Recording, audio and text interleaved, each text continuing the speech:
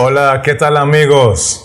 Me da mucho gusto poder saludarles a la distancia y aprovechar la oportunidad para continuar creciendo en el conocimiento de Cristo y la verdad de su santa palabra.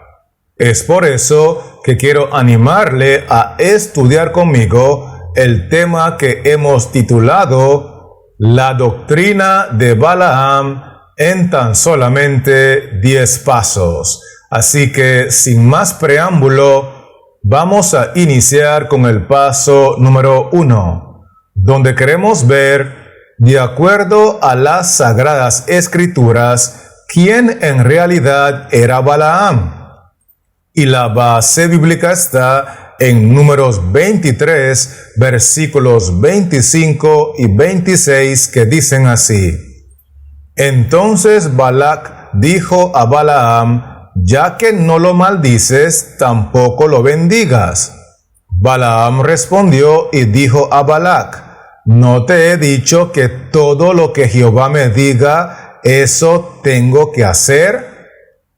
Quiero que notemos que en el versículo 25 enseña que Balaam tenía facultad de hacer dos cosas, porque dice allí: ya que no lo maldices, tampoco lo bendigas. Es decir, Balaam había recibido la facultad de Jehová tanto para maldecir como para bendecir. Y la razón por la cual Jehová lo utilizaba de esta manera aparece en el texto 26. No te he dicho que todo lo que Jehová me diga, ¿eso tengo que hacer? Balaam en realidad era un profeta de Jehová, y por eso Jehová lo utilizaba para bendecir, para maldecir, y Balaam únicamente debía dedicarse a hacer lo que Jehová le indicaba. ¿Será que me estoy explicando, sí o no? Excelente. Así que avancemos ahora con el paso número 2, donde queremos ver qué es lo que debía de hacer el pueblo de Dios en los días del profeta Balaam para mantenerse bendecidos. Y la base bíblica está en Deuteronomio 23, versículo 3 y 5, que dicen así: No entrará amonita ni moabita en la congregación de Jehová, ni hasta la 10ª generación de ellos no entrarán en la congregación de Jehová para siempre. Mas no quiso Jehová tu Dios oír a Balaam, y Jehová tu Dios te convirtió la maldición en bendición, porque Jehová tu Dios te amaba. Iniciemos con lo que dice el versículo 3. No entrará amonita ni moabita en la congregación de Jehová. Esto es muy importante ponerlo en contexto, porque en su momento Ruth la moabita ingresó a la congregación de Jehová y lo hizo con la aprobación del cielo. En realidad, lo que el texto está diciendo es que no debe de ingresar amonitas ni moabitas a la congregación de Jehová estando inconversos. Por eso, el texto 3 ratifica en la parte final: no entrarán en la congregación de Jehová para siempre, porque esta es una enseñanza que debía aplicarse en los días del profeta Balaam, pero también debía de aplicarse para siempre, a lo largo de la historia de la iglesia.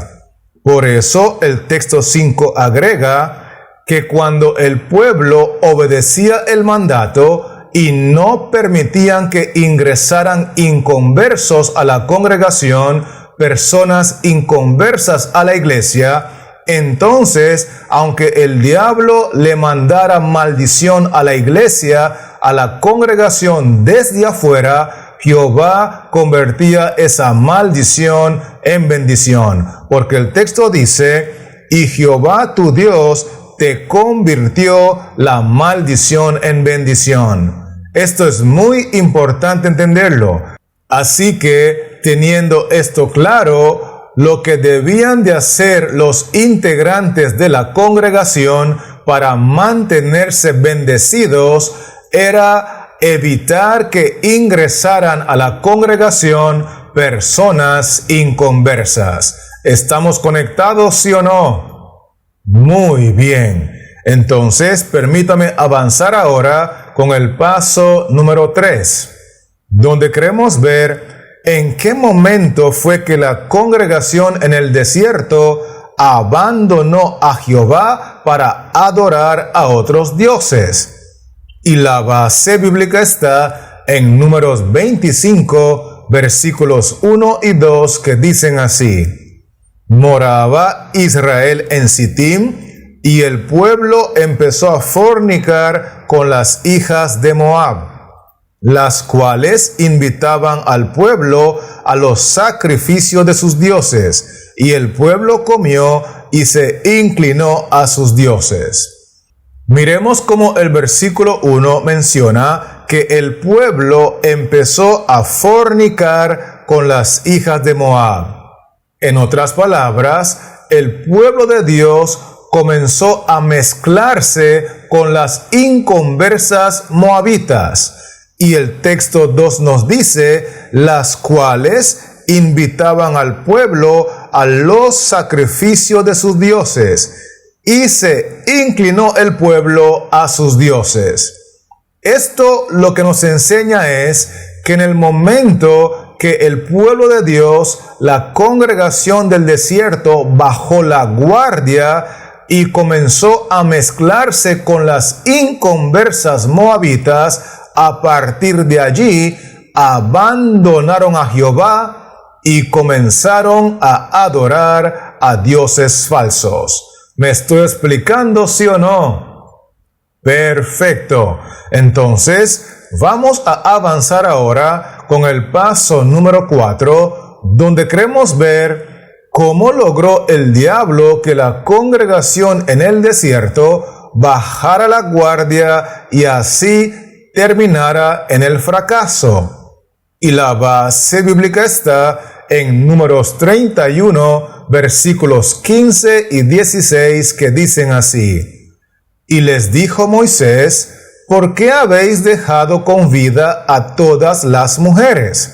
He aquí, por consejo de Balaam, ellas fueron causa de que los hijos de Israel prevaricasen contra Jehová en lo tocante a Baal Peor, por lo que hubo mortandad en la congregación de Jehová. En primer lugar, quiero que notemos lo que dice el versículo 15. ¿Por qué habéis dejado con vida a todas las mujeres? Obviamente, el contexto está hablando de las mujeres moabitas que eran inconversas. Con eso en mente, ahora el texto 16 agrega: He aquí, por consejo de Balaam, ellas fueron causa de que los hijos de Israel prevaricasen contra Jehová. Esto nos ayuda a entender que la forma como el diablo logró que la congregación del desierto bajara la guardia y terminaran en el fracaso es utilizando al profeta de Dios llamado Balaam para infiltrar a las moabitas a la congregación por medio de su consejo. Y como consecuencia de esa infiltración de mujeres inconversas a la congregación, el texto dice en la parte final que hubo mortandad en la congregación de Jehová. Así que, por consejo del profeta Balaam, Satanás logró debilitar y llevar a la iglesia del desierto a pecar contra Jehová y a terminar en el fracaso. ¿Me estoy dando a entender, sí o no? Esto es muy importante captarlo. Con eso dicho, estamos listos para continuar ahora con el paso número 5, donde queremos ver qué le ofreció el diablo al profeta Balaam para que cometiera semejante atrocidad contra Jehová. Y la base bíblica está en 2 de Pedro 2, versículo 15, y Judas 1 y el versículo 11, que dice así: han dejado el camino recto y se han extraviado siguiendo el camino de Balaam, hijo de Beor, el cual amó el premio de la maldad. Ay de ellos, porque han seguido el camino de Caín y se lanzaron por lucro en el error de Balaam, y perecieron en la contradicción de Coré. En primer lugar, quiero que miremos lo que dice el texto de Pedro. Han dejado el camino recto y se han extraviado. Luego, en la parte final agrega, el cual amó el premio de la maldad. Esta fue la experiencia del profeta Balaam. Por el amor al dinero, por el amor al premio de la maldad, él decidió dejar el camino recto de Jehová, extraviarse y apostatar siguiendo la oferta de Satanás. Inclusive, en el libro de Judas encontramos la siguiente declaración: y se lanzaron por lucro en el error de Balaam, porque sin lugar a dudas es un error garrafal dedicarse al ministerio motivado por el lucro, y eso fue lo que hizo Balaam al aceptar la oferta de Satanás para cometer semejante atrocidad contra la iglesia o la congregación del desierto de Jehová. ¿Será que me estoy explicando, sí o no? Excelente. Así que, con eso dicho, permítame avanzar ahora con el paso número 6, donde queremos ver cuál es la ceremonia oficial y legal para incorporarse hoy día a la iglesia de Dios. Y la base bíblica está en Hechos 2, versículo 41 y 47, que dicen así: así que los que recibieron su palabra fueron bautizados, y se añadieron aquel día como 3,000 personas, alabando a Dios y teniendo favor con todo el pueblo, y el Señor añadía cada día a la iglesia los que habían de ser salvos. Miremos lo que dice el versículo 41. Los que recibieron su palabra fueron bautizados. Luego menciona, y se añadieron aquel día como 3,000 personas. Si queremos entender a dónde fueron añadidas estas 3,000 personas bautizadas, tenemos que enfocarnos en la parte final del versículo 47, porque dice allí: y el Señor añadía cada día a la iglesia, porque en realidad la ceremonia oficial y legal para incorporarse a la iglesia del Dios viviente es la ceremonia llamada el bautismo. ¿Estamos conectados, sí o no? Muy bien. Entonces, permítame ahora continuar con el paso número 7, donde queremos ver quiénes son los dos responsables de añadir personas nuevas a la iglesia por medio del bautismo. Y la base bíblica está en Mateo 13, versículos 37 al 39, que dicen así: respondiendo él les dijo: el que siembra la buena semilla es el Hijo del Hombre. El campo es el mundo, la buena semilla son los hijos del reino, y la cizaña son los hijos del malo. El enemigo que la sembró es el diablo, la siega es el fin del siglo, y los segadores son los ángeles. Quiero invitarle a que nos enfoquemos en primera instancia con el texto 38, porque dice allí: la buena semilla son los hijos del reino, y la cizaña son los hijos del malo. En otras palabras, la buena semilla, o sea, el trigo, son los que se van a salvar en el reino de Dios. Y la cizaña son los hijos del malo que se van a quemar en el lago de fuego. Con eso dicho, ahora quiero que notemos que el texto 37 nos enseña quién es el responsable de añadir la buena semilla, el trigo, a la iglesia por medio del bautismo. Dice allí: el que siembra la buena semilla, el trigo, es el Hijo del Hombre. Eso significa que el que añade al trigo a la iglesia por medio del bautismo es el Señor Jesucristo. Por otro lado, el texto 39 dice: el enemigo que la sembró es el diablo, porque con eso podemos entender que el segundo responsable de añadir personas a la iglesia a través del bautismo es nada más y nada menos que el diablo y Satanás. Entonces, la respuesta a la pregunta es muy sencilla. Los dos responsables de añadir personas a la iglesia por medio del bautismo son el Señor Jesucristo y el diablo y Satanás.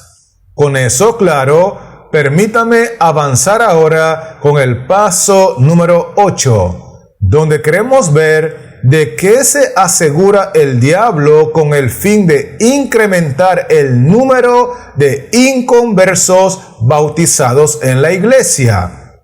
Y la base bíblica está en 2 de Pedro 1, versículo 12, que dice así: por esto, yo no dejaré de recordaros siempre estas cosas, aunque vosotros las sepáis y estéis confirmados en la verdad presente.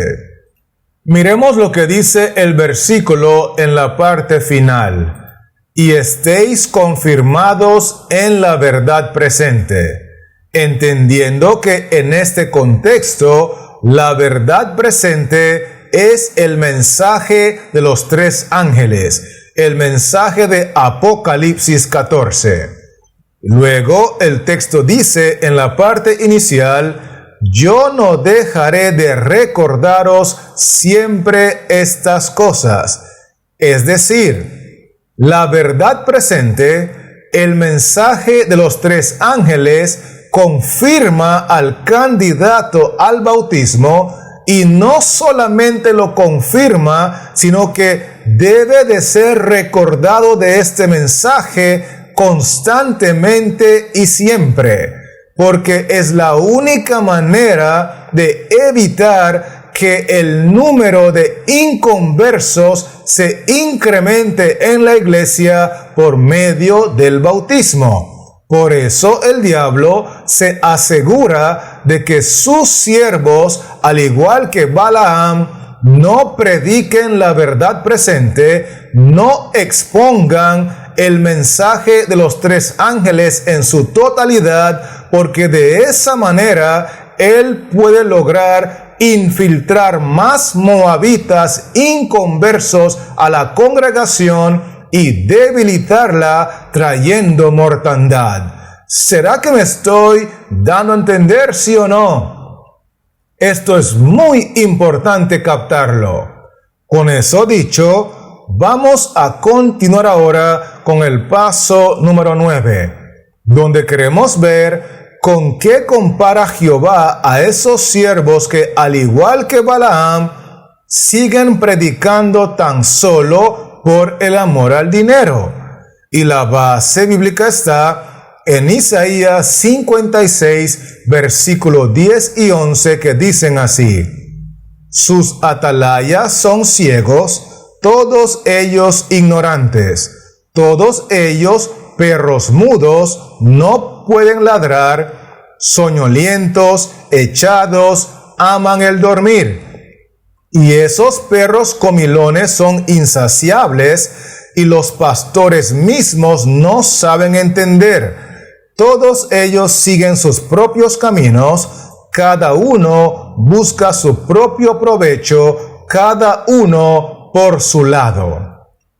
El texto 10 nos enseña con claridad que estos siervos, que al igual que Balaam, no predican el mensaje de los tres ángeles, no exponen en su totalidad la verdad presente ante su congregación y ante el mundo. Dios los compara, de acuerdo al texto, con perros mudos, porque dice allí: todos ellos, perros mudos, no pueden ladrar. Y la razón por la cual ellos no pueden ladrar aparece en el versículo 11. Cada uno busca su propio provecho.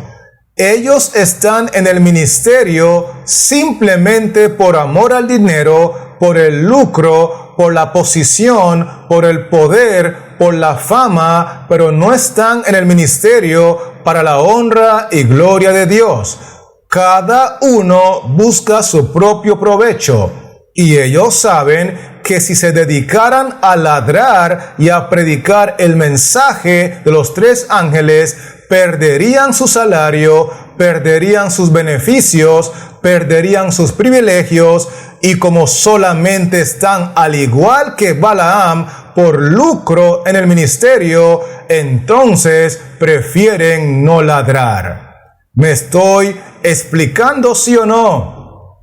Muy bien. Así que, con eso dicho, permítame avanzar ahora con el paso final, que es el número 10, donde queremos ver qué testifica el libro de Apocalipsis sobre aquellos siervos que promueven la doctrina de Balaam. Y la base bíblica está en Apocalipsis 2, versículo 14, que dice así: pero tengo unas pocas cosas contra ti, que tienes ahí a los que retienen la doctrina de Balaam, que enseñaba a Balac a poner tropiezo ante los hijos de Israel, a comer de cosas sacrificadas a los ídolos y a cometer fornicación. Quiero que notemos la parte del texto que dice lo siguiente: que tienes ahí a los que retienen la doctrina de Balaam, que enseñaba a Balac a poner tropiezo ante los hijos de Israel. En los pasos anteriores, nosotros vimos que por consejo de Balaam, entonces la iglesia o la congregación del desierto bajó la guardia y se mezcló con las personas inconversas. Es decir, Balaam tiene una doctrina que es bajar la norma, bajar el estandarte de Jehová, evitar predicar las doctrinas distintivas, la verdad presente, el mensaje de los tres ángeles, para llenar la iglesia de personas, alcanzar mayor número, aunque éstas no estén convertidas. Esa es la doctrina de Balaam. Y la Biblia dice que lo que Apocalipsis testifica contra estos individuos que promueven esa doctrina aparece en la parte inicial del texto. Pero tengo unas pocas cosas contra ti, que tienes ahí a los que retienen la doctrina de Balaam. Es importante destacar esa frase que dice: tengo unas pocas cosas contra ti que tienes allí. Porque lo que Dios está diciendo es que cuando una persona es pastor, es evangelista, es anciano, es obrero bíblico, es un instrumento en las manos de Dios y no promueve la doctrina del mensaje de los tres ángeles, sino que más bien promueve la doctrina de Balaam, baja la norma, baja la guardia para llenar la iglesia de inconversos, esa persona no debería de estar allí. Note lo que dice el texto. Tengo unas pocas cosas contra ti. ¿Qué tienes ahí? Porque no debería de estar ahí en el ministerio ningún individuo que no predique la verdad presente en su totalidad. No debería estar en el cargo como presidente, como anciano, como pastor, como evangelista, ningún individuo que no exponga claramente el mensaje de los tres ángeles, porque yo tengo esas pocas cosas contra ti, dice el Señor Jesucristo. ¿Será que me estoy explicando, sí o no? Excelente. Así que con eso en mente, permítame repasar rápidamente los 10 pasos que hemos estudiado en este video tutorial, donde lo primero que vimos fue que Balaam era en realidad un profeta de Dios y que la única forma que la iglesia del desierto podía mantenerse bendecida era evitando que los inconversos entraran en la iglesia. Vimos también que el diablo logró que la congregación del desierto abandonara a Jehová y siguiera dioses falsos al bajar la guardia y mezclarse con los inconversos. Por otro lado, concluimos que el instrumento del diablo para aconsejar a la iglesia del desierto para que bajaran la guardia y se mezclaran con los inconversos era el profeta de Dios llamado Balaam. Y que la forma en la cual el diablo logró motivar a Balaam a cometer semejante atrocidad contra Jehová fue ofreciéndole el premio de la maldad, ofreciéndole dinero que generalmente va acompañado de posición, de poder y también de fama. Otro punto muy importante que estudiamos fue que la ceremonia legal y oficial para incorporarse a la iglesia de Dios es la ceremonia del bautismo. Y que los dos personajes responsables de añadir a la iglesia personas a través del bautismo son el Señor Jesucristo, que añade al trigo, y el diablo y Satanás, que añade a la cizaña. Además de eso, nosotros estudiamos que el diablo logra que sus siervos aseguren una mayor cantidad de personas inconversas, infiltrar la iglesia a través del bautismo, haciendo que ellos prediquen de todo menos la verdad presente. Predican de todo menos el mensaje de los tres ángeles en su totalidad. Otro punto muy importante que nosotros vimos fue que Dios compara a estos siervos que, al igual que Balaam, solamente están en el ministerio por lucro, por amor al dinero, con los perros mudos que no pueden ladrar. Y lo último que estudiamos fue que cuando un pastor, un evangelista, un obrero bíblico, un anciano, un profeta, un maestro, un apóstol, un instrumento humano, no presenta la verdad presente, el mensaje de los tres ángeles en su totalidad, ni siquiera debería de estar en el ministerio.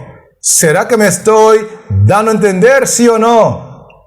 Bendito sea el nombre del Señor. Así que con estos 10 pasos claros, quiero animarle en el nombre de Cristo Jesús a que juntos nosotros sigamos no solamente escudriñando el mensaje de los 3 ángeles, sino que sigamos clamando a voz en cuello sin detenernos, porque Cristo viene pronto y Él anhela levantar más obreros para su mies que prediquen la verdad presente a tiempo y fuera de tiempo. Y mientras tanto, seguiremos trabajando con la ayuda de Dios en la creación de otros videotutoriales, así que Dios les siga bendiciendo, la paz de Cristo more en tu corazón y manténgase conectado.